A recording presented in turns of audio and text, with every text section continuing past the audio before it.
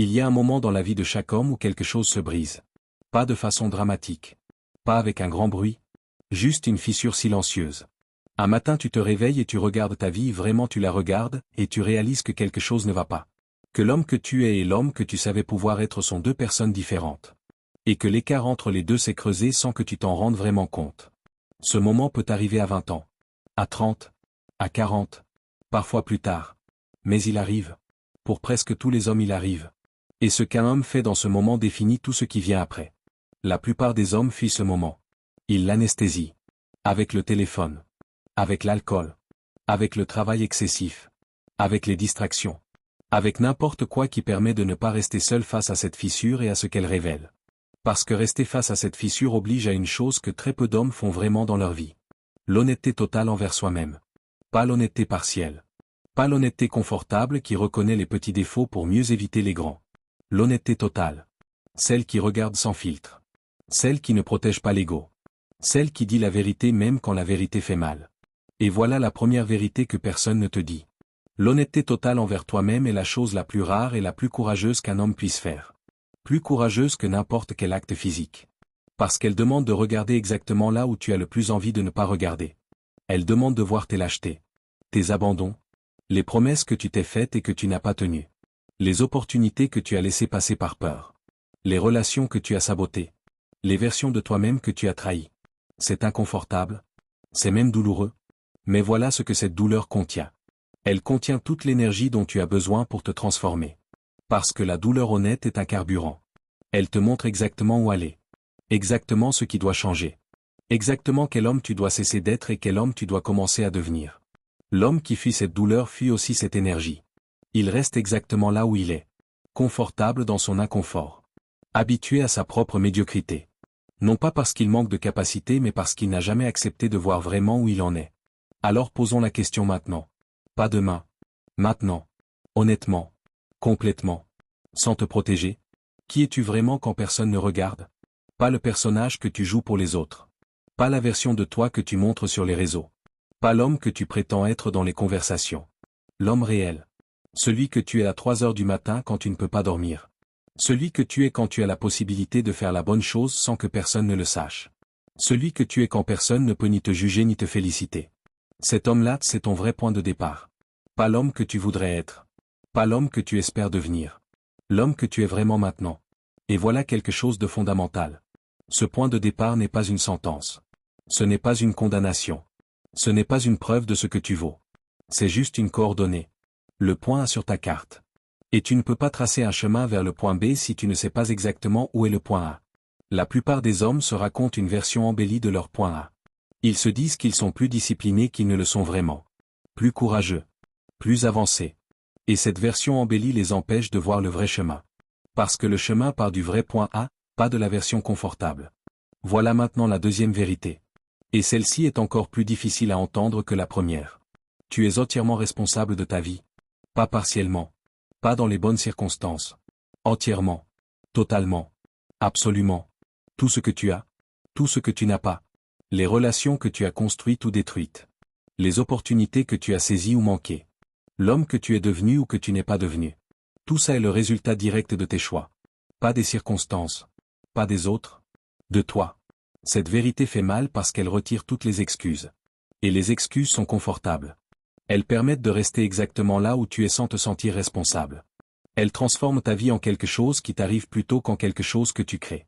Mais voilà ce que personne ne te dit sur la responsabilité totale. C'est la chose la plus libératrice qui existe. Parce que si ta vie est le résultat de tes choix, alors tu as le pouvoir absolu de la transformer par de nouveaux choix. Tu n'es pas une victime. Tu es l'auteur. Et comme tout auteur tu peux réécrire la suite. Maintenant. Pas demain. Maintenant. Parlons maintenant de quelque chose que la société te cache délibérément. Pas par complot. Pas par malveillance organisée. Mais parce que la vérité que je vais te dire n'est pas rentable pour ceux qui veulent te vendre quelque chose. La vérité est celle-ci. La transformation réelle est lente. Profondément lente. Et tout ce qu'on te vend comme solution rapide est soit un mensonge soit une solution de surface qui ne change rien en profondeur. On vit dans une époque de promesses instantanées. Perds 10 kilos en 30 jours. Deviens riche en 90 jours. Transforme ta vie en cette étape. Change ton mindset en un week-end. Et ces promesses fonctionnent parce qu'elles répondent à quelque chose de réel en toi. L'impatience. Le désir de sortir de ta situation le plus vite possible. L'espoir qu'il existe un raccourci. Mais voilà la vérité brutale. Il n'existe pas de raccourci vers la transformation profonde. Il n'en a jamais existé. Il n'en existera jamais. Parce que la transformation profonde n'est pas un événement. C'est un processus. Un processus lent, non linéaire, souvent invisible de l'extérieur, parfois même invisible de l'intérieur. Tu travailles sur toi pendant des semaines sans voir de résultats visibles. Puis un jour quelque chose change. Une décision que tu prends différemment. Une réaction que tu as maîtrisée là où avant tu aurais explosé. Une opportunité que tu as saisie là où avant tu aurais fui. Ces changements semblent petits. Mais ils sont le signe que quelque chose de profond s'est déplacé en toi. La transformation profonde ressemble à ça. Pas à une explosion de changements spectaculaires. À une accumulation silencieuse de petits déplacements internes qui finissent par créer un homme différent. Et voilà ce que l'impatience te vole. Elle te vole la possibilité de vivre ce processus jusqu'au bout. Parce que l'impatience abandonne avant que les résultats profonds apparaissent. Elle cherche les résultats immédiats. Et quand ils ne viennent pas assez vite, elle conclut que ça ne fonctionne pas. Que ce n'est pas pour elle. Qu'il faut essayer autre chose. Alors elle essaie autre chose. Puis encore autre chose. Elle accumule des débuts sans jamais atteindre la profondeur qui vient après les débuts. Elle reste en surface de tout. Elle touche à tout sans jamais vraiment pénétrer quoi que ce soit. Et la profondeur est tout. La profondeur est l'endroit où les choses réelles se trouvent. La vraie confiance en soi vient de la profondeur. Pas de la surface. La vraie compétence vient de la profondeur. La vraie paix intérieure vient de la profondeur. La vraie force vient de la profondeur. Tout ce qui a de la valeur dans la vie humaine vient de la profondeur. Et la profondeur demande du temps. Elle demande de la patience. Elle demande de traverser des périodes où rien ne semble se passer alors qu'en réalité tout se transforme à un niveau que tu ne peux pas encore voir. Voilà maintenant quelque chose d'essentiel sur le temps et la façon dont tu le vis. La plupart des hommes vivent dans deux endroits qui n'existent pas. Le passé et le futur. Ils ruminent ce qui s'est passé hier. Ils s'inquiètent de ce qui pourrait arriver demain. Et pendant ce temps le présent se passe sans eux. Le passé est fixé. Il ne changera pas. Quelle que soit la quantité d'énergie que tu y consacres, il restera exactement tel qu'il est. La rumination ne le modifie pas. Elle ne t'aide pas à comprendre mieux. Elle te maintient simplement dans un état émotionnel négatif sans aucun bénéfice réel. Le futur n'existe pas encore. Il existe dans ton imagination. Et ton imagination a tendance à projeter tes peurs actuelles sur un avenir qui n'a pas encore été créé. L'anxiété sur le futur et la peur du présent projeté sur demain. Le seul endroit où tu peux vraiment agir, vraiment choisir, vraiment être, c'est maintenant. Dans ce moment précis. Dans cette heure. Dans cette décision que tu dois prendre. Dans cette action que tu peux faire ou ne pas faire. L'homme qui apprend à vivre dans le présent gagne un avantage extraordinaire. Parce qu'il met toute son énergie là où elle peut réellement produire quelque chose. Il ne gaspille pas dans le passé qu'il ne peut pas changer. Il ne gaspille pas dans le futur qu'il ne contrôle pas encore.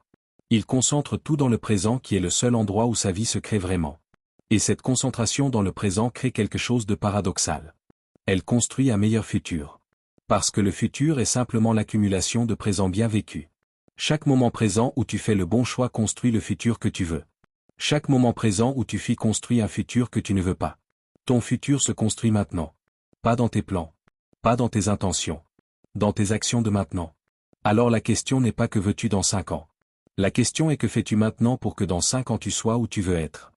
Il y a une force en toi que tu n'utilises presque jamais. Une force qui est disponible à chaque instant.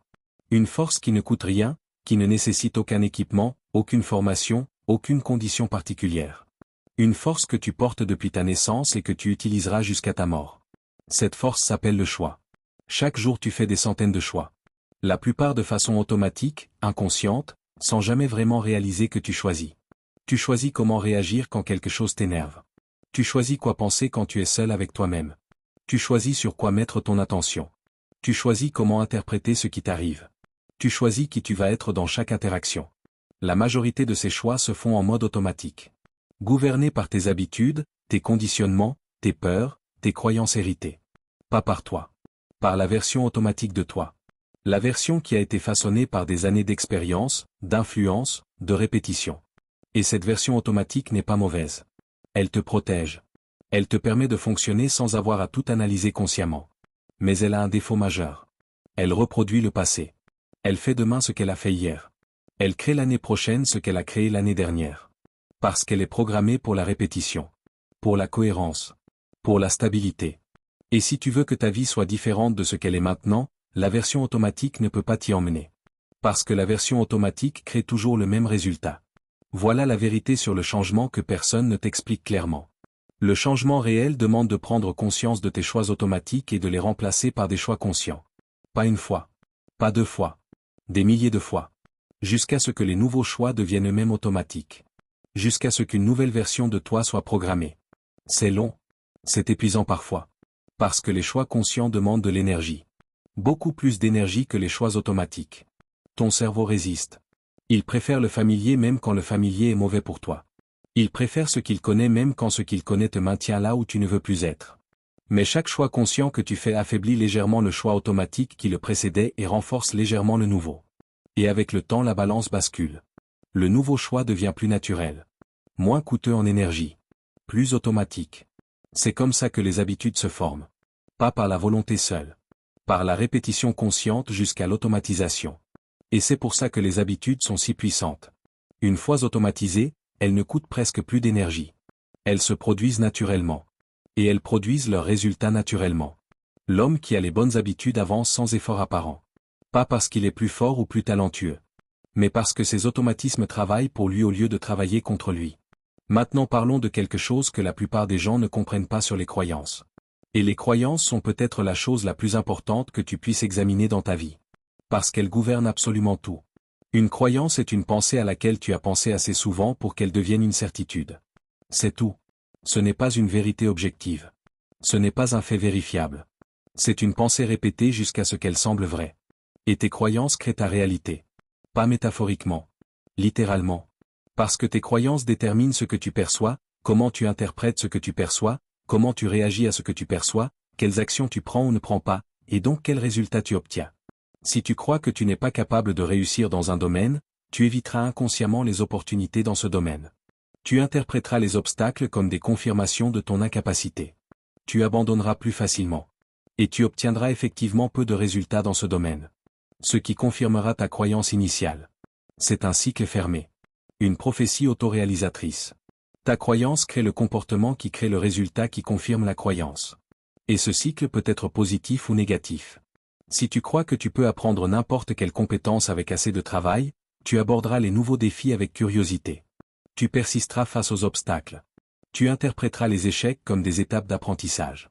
Et tu obtiendras effectivement des résultats. Ce qui renforcera ta croyance. La question n'est donc pas seulement que veux-tu faire ou avoir. La question fondamentale est qui crois-tu être.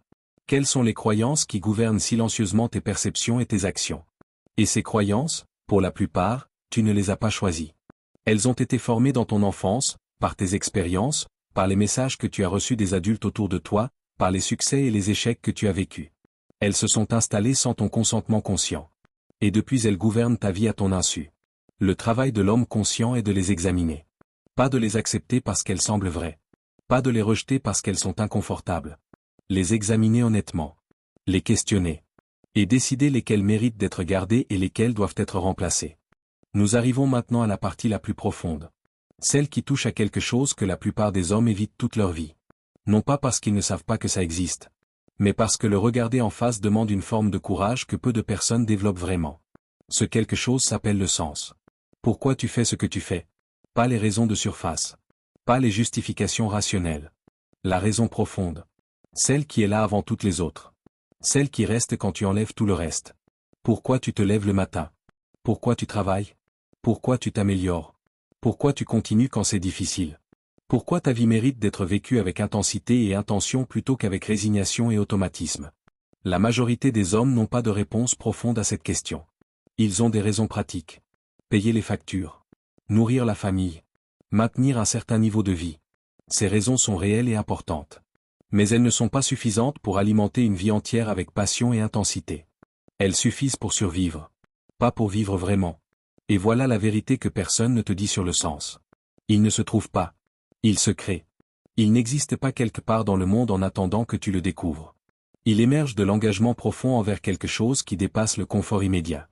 Quand tu t'engages totalement dans quelque chose, une relation, un projet, une mission, une façon de vivre, et que tu traverses les difficultés que cet engagement implique, quelque chose apparaît. Une signification. Un sentiment que ce que tu fais compte. que ta vie a un poids réel. Que tu existes pour quelque chose de plus grand que ta seule survie. Ce sentiment ne vient pas avant l'engagement. Il vient pendant et après. Et c'est pour ça que les hommes qui cherchent le sens avant de s'engager ne le trouvent jamais. Ils attendent une révélation qui ne vient pas. Ils cherchent une passion qui surgira du néant. Ils espèrent que quelque chose les saisira et leur donnera la direction sans qu'ils aient à risquer quoi que ce soit. Mais le sens ne fonctionne pas comme ça. Il se révèle dans l'action, dans l'engagement, dans le risque, dans la décision de donner tout ce que tu as à quelque chose même sans garantie de résultat. Et voilà quelque chose de fondamental que cette compréhension change dans ta vie quotidienne. Quand tu sais pourquoi tu fais quelque chose, vraiment pourquoi, profondément pourquoi, la discipline devient naturelle. La persévérance devient possible. Les sacrifices deviennent supportables. Les obstacles deviennent des étapes plutôt que des raisons d'abandonner. L'homme sans sens abandonne quand c'est difficile. Parce que quand c'est difficile et qu'il n'y a pas de raison profonde de continuer, la logique la plus naturelle est de s'arrêter. Pourquoi souffrir sans raison? Mais l'homme avec un sens profond traverse les difficultés différemment. Pas parce qu'il ne les ressent pas. Pas parce qu'il est insensible à la douleur. Mais parce que la douleur a une signification dans le contexte de ce qu'il construit. Elle n'est pas gratuite. Elle n'est pas absurde. Elle est le prix à payer pour quelque chose qui vaut ce prix. Maintenant parlons de quelque chose que peu de gens comprennent sur le succès. Et cette incompréhension crée une immense souffrance chez beaucoup d'hommes. Le succès n'est pas une destination. C'est un mode de vie. Ce n'est pas quelque chose que tu atteins un jour et que tu possèdes ensuite. C'est quelque chose que tu pratiques chaque jour. Ou que tu ne pratiques pas. Les hommes qui croient que le succès est une destination passent leur vie à courir vers un horizon qui recule. Ils se disent qu'ils seront heureux quand ils auront atteint tel objectif. Quand ils gagneront tel revenu. Quand ils auront telle relation. Quand ils vivront dans telle maison. Et quand ils atteignent ces objectifs, s'ils les atteignent, ils découvrent que le bonheur qu'ils attendaient n'est pas là. Ou qu'il est là brièvement avant que la prochaine destination apparaisse. C'est le tapis roulant hédonique. Plus tu atteins, plus la barre monte. Et tu restes toujours à la même distance relative de la satisfaction. La sortie de ce tapis roulant n'est pas d'atteindre plus. C'est de changer fondamentalement ta relation avec le processus. De trouver la satisfaction dans le fait de devenir plutôt que dans le fait d'avoir atteint. Dans le fait de travailler plutôt que dans le fait d'avoir accompli. Dans le voyage plutôt que dans la destination. Cela ne veut pas dire ne pas avoir d'objectifs. Les objectifs sont nécessaires. Ils donnent une direction. Ils permettent de mesurer la progression. Mais ils ne sont pas la source de la satisfaction. La source de la satisfaction est dans l'effort quotidien, dans la progression réelle, dans le fait de devenir chaque jour un peu plus l'homme que tu veux être. Et voilà le dernier enseignement de cette vidéo. Peut-être le plus important de tous. La vie ne t'a rien promis. Elle ne te doit rien. Elle n'est pas juste. Elle n'est pas équitable. Elle ne récompense pas toujours le mérite et ne punit pas toujours l'injustice. Des hommes bons vivent des vies difficiles. Des hommes médiocres vivent des vies faciles. La vie ne te garantit aucun résultat en échange de tes efforts. Cette vérité peut sembler cruelle. Mais elle est libératrice. Parce que si la vie ne te doit rien, alors chaque chose positive que tu as est un cadeau. Chaque jour que tu vis est une opportunité qui ne t'était pas due. Chaque capacité que tu possèdes est une ressource que tu peux utiliser ou gaspiller. Et cette perspective change tout. Elle transforme la gratitude de quelque chose de passif en quelque chose d'actif. Tu n'es pas reconnaissant parce que tout va bien. Tu es reconnaissant parce que tu as quelque chose plutôt que rien. Parce que tu peux agir plutôt que ne pas pouvoir. Parce que tu es vivant et que la vie, malgré tout ce qu'elle ne promet pas, contient la possibilité de tout ce que tu veux construire. La possibilité. Pas la garantie. La possibilité. Et la possibilité suffit. Elle a toujours suffi aux hommes qui ont construit quelque chose de réel. Ils n'avaient pas de garantie. Ils avaient une possibilité et la volonté de tout donner pour la réaliser. Toi tu as cette possibilité. Maintenant. Aujourd'hui. Dans les prochaines heures. La question est simple. Qu'est-ce que tu vas en faire? Abonne-toi au Point Zéro. Chaque semaine les vérités qui transforment un homme de l'intérieur.